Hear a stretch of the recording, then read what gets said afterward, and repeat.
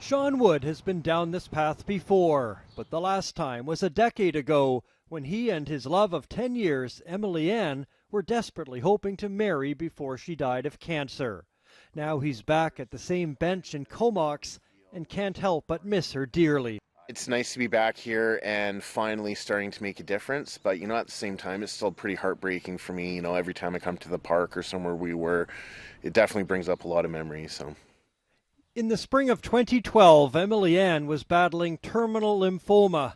She was 24 years old and wanted nothing more than to marry her high school sweetheart, Sean. I asked her if she had one wish, what would it be?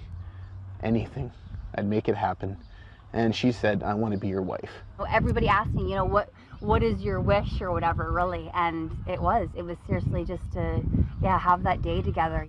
CHEK News ran several stories about the couple, and our viewers responded. $10,000 was raised almost overnight, and the pair wed on July 3rd. You kiss the bride. Sadly, plans for a honeymoon never materialized. Emily died 11 days later.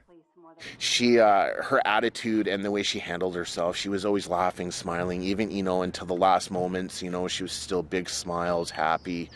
But to keep her memory alive, Sean has now started the Emily Ann Foundation, a registered charity that will help support those whose loved one over 18 is sick so they don't have to sleep in a car like he did when Emily was getting treatment out of town. There's places like Yana in the Comox Valley that really help a lot of people if you're under 18.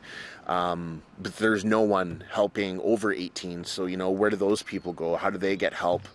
He hopes to raise $10,000 to get the charity started. A silent auction and raffle are live on his website right now, as well as their full story. It's at emilyannfoundation.com.